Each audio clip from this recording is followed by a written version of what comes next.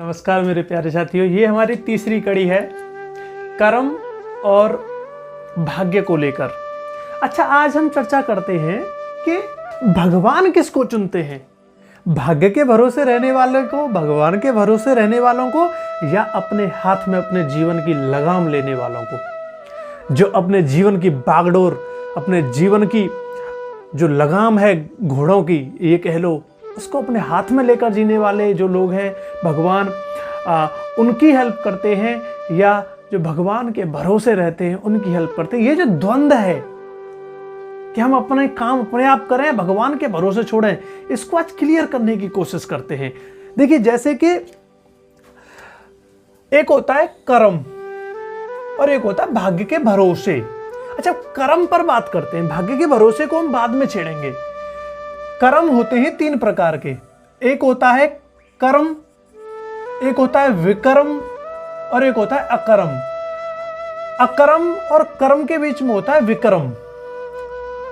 देखो, कर्म की एक सामान्य सी डेफिनेशन आज आप थोड़ी सी समझ लो कि कर्म श्वास लेना, पलक झपकाना, नाखूनों का बढ़ना, तुम्हारा बोलना, तुम्हारा हंसना, रोना, खाना पीना, आना जाना, प्रकृति की प्रत्येक घटना, वो सब कर्म है। लेकिन हमारा सेंटर पॉइंट है मनुष्य, कि मनुष्य के लिए कर्म क्या है, विकर्म क्या है और अकर्म क्या है। तो जो अकर्म की डेफिनेशन है, जो अकर्म की परिभाषा है, अकर्म का मतलब है तन से शांत हो जाना और मन का उड़ान भरना। अकर्म कौन सा है? वो मनुष्य जो तन से कुछ करना नहीं चाहता लेकिन मन से भोगी है, सब कुछ चाहिए। लेकिन दास मलुका कह गए सबके दाता राम, अजगर करे न चाकरी, पंछी करे न काम। शरीर से शांत रहना है लेकिन मन को भोगी बना के रखना है। महत्वाकांक्षाएं बहुत ज्यादा प्रबल होती हैं।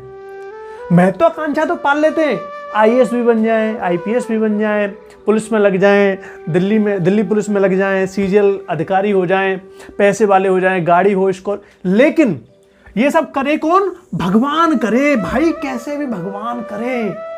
ये होते अकर्मण्य लोग।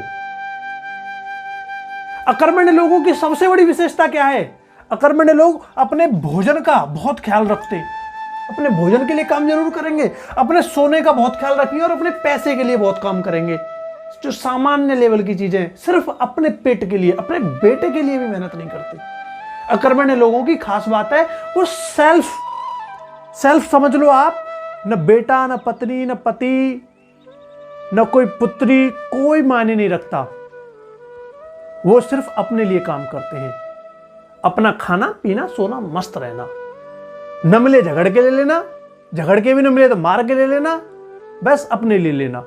कर्म बड़ी व्यापक चीज है। कर्म ऐसे नहीं अभी बात करते हैं। अकर्मण्य लोग समझ में आ गए कौन से होते हैं? अकर्मण्य लोग चूहों की दौड़ में दौड़ना तो चाहते हैं, फर्स्ट भी आना चाहते हैं, लेकिन दौड़ते नहीं है।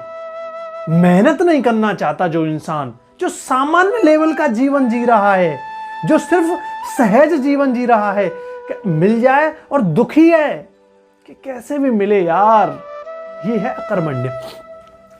अब बात आती है विक्रम कौन है। एक देखो, परिभाषा तो बहुत गहन है, लेकिन हम बात कर रहे हैं अपने जैसे सामान्य भाइयों को लेकर, जिनकी सामान्य द्वंद्व है, जिनको संत, देखो संत की परिभाषाएं बिल्कुल भिन्न होती हैं, लेकिन संत न सही कुछ सहज तो हो ही जाए। तो विक्रम के लिए संत कहता है जिसका मन शांत हो और शरीर कार्यरत हो, शरीर चेतना में हो, बुद्धि चेतना में हो, चेती हुई हो, जागी हुई हो, तन क्रियाशील रहता ही है विक्रम लोक का। इसकी विशेषता होती है, इसका सब कुछ जो ये तन से करता है, कुछ भी खाता है, पीता है, सोता है, सब कुछ ईश्वर को अर्पित करता है कि मेरा कुछ है ही नहीं, मेरा कुछ भी नहीं है, न सुख मेरा न दुख मेरा। विकर्म जो लोग होते हैं उनके लिए कहा जाता है हानि लाभ जीवन मरण यश अपयश विदेहात। हानि लाभ जीवन मरण यश अपयश, हानि हो लाभ हो, जीवन मिले या मृत्यु मिले, यश मिले या अपयश मिले, हमें किसी कार्य से मन को नहीं लगाना, हमें करना है। क्यों? क्योंकि हमें मिला है करने के लिए, हमारा स्वधर्म है, हमारा कर्तव्य है। हर किसी का कर्तव्य अलग अलग होता है। जन्म से सब लोग एक ही काम नहीं करते, किसी का मन किसी काम में लगता है, किसी का मन किसी काम में लगता है। जिस न्यायोचित समाजानुचित समाज से जिस काम को लाभ हो, जो समाज के अनुसार नैतिक हो, उन सब कार्यों में जो मन लगता है, उनको जो करते हैं वो उनका स्वधर्म होता है, स्वयं का कार्य होता है भौतिक दुनिया के अकॉर्डिंग।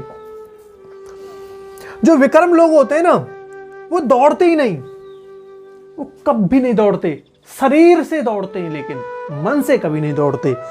उनको प्रदर्शन की कोई चाह नहीं होती। आपको एक चीज बताऊं, जो डिप्रेशन के शिकार है ना भारत में डिप्रेशन के 100 लोग अगर बीमार हैं, और खासकर युवा, 25 साल का जो युवा है जो डिप्रेशन का शिकार है। और ये भारत की सबसे बड़ी दुर्भाग्य की बात है कि भारत में डिप्रेशन को माना ही नहीं जाता। डिप्रेशन नाम की कोई चीज ही नहीं मानी जाती दुनिया में। मुझे फिक्स डाटा तो नहीं पता, लेकिन दुनिया में भारत लगभग फर्स्ट में नंबर पर है डिप्रेशन के शिकार लोगों में, फर्स्ट पर। ये योगियों का देश है। क्यों? क्योंकि पहले तो बीमारी नहीं मानी जा रही, और दूसरी बात इसका कारण है मनुष्य अकर्मण्य हो गया है। चाहता सब कुछ है, करता कुछ नहीं है। और बहुत से लोग करते भी हैं तो उन्हें सही मार्गदर्शन नहीं मिलता, सही तरीके से नहीं कर पाते। भाई विक्रम बनो, विक्रम। कर्म तो तुम हमेशा करोगे, कर्म तो विक्रम भी करेगा और अकर्म भी करेगा। अकर्म भी कर्म करता है, लेकिन परिभाषा का थोड़ा सा अंतर यह है कि अकर्म को जो आलसी है उन्हें क्या कह जाए। आलसी भी तो कर्म करता है ना, आलसी भी तो अपने लिए तो जीता ही है बस। तो इसे आपको बुद्धिमानी से समझना होगा इस चीज को कोई और नहीं समझा सकता, इसको कोई बस बता सकता है। तो भारत के युवाओं के दुर्भाग्य को अगर बचना है तो विक्रमशील बनिए, विक्रम कर्म करिए, जिससे देखो एक टास्क लिया, हम 20 साल के हो गए, बीए हमारी फाइनल हो गई, या हम 18, 16, 17 साल के हो गए, इंटर हमारी फाइनल हो गई, हमको आर्मी में लगना है, पुलिस में लगना है, या कोई बिजनेस करनी है, एक्सेट्रा एक्सेट्रा। बीए के बाद हमें आईएएस ऑफिसर बनना है, या कोई डॉक्टरी की डिग्री लेनी है, या इंजीनियरिंग करनी है, क्या करना है, ये नॉर्मल सबको कुछ न कुछ करना ही है। तो सर्वोत्तम कार्य कौन सा है? सर्वोत्तम कार्य वो है जिसे करने से कोई फर्क न पड़े और न करने से कोई फर्क न पड़े। आपको बहुत से लोग कहते हैं कार्य का चयन कैसे करें? कार्य का चयन कीजिए अपने हृदय की प्रसन्नता को लेकर, और जिस कार्य से समाज का आप हित कर सको। एक दोहा है, एक चौपाई टाइप की है कि ये तो पशुवृत्ति है जो आप ही चरे, वही तो है मनुष्य जो मनुष्य के लिए मरे। मैं आप लोगों से वायदा करता हूं, जितने लोग मुझे देख पाएंगे, 100 में से 100% वादा किया जा सकता है कि आप दूसरों के लिए जीना शुरू कीजिए। आप जो काम करें वो औरों के लिए कीजिए, समाज के लिए कीजिए, समाज के लिए नौकरी कीजिए, समाज के लिए। अपने लिए तो अकर्मण्यशाली भी जी रहा है, अगर बात सिर्फ है अपने स्वार्थ के लिए कोई ज्ञान दे तो अपने लिए तो भाई आलसी भी जी रहा है, अपने लिए कर्म करने वाला भी जी रहा है, अपने लिए विक्रम भी जी रहा है, संत भी जी रहा है और भोगी भी जी रहा है, पैसे वाला भी जी रहा है, गरीब भी जी रहा है। बात है सुख की, बात है संतुष्टि की, प्रश्न है संतुष्टि का, प्रश्न है ईश्वर का कि ईश्वर को कौन प्रिय है। तो ईश्वर को वो प्रिय है जो नर को नारायण समझता है, जो सामने वाले हर व्यक्ति के लिए सेवारत रहता है, हमेशा तत्पर रहता है।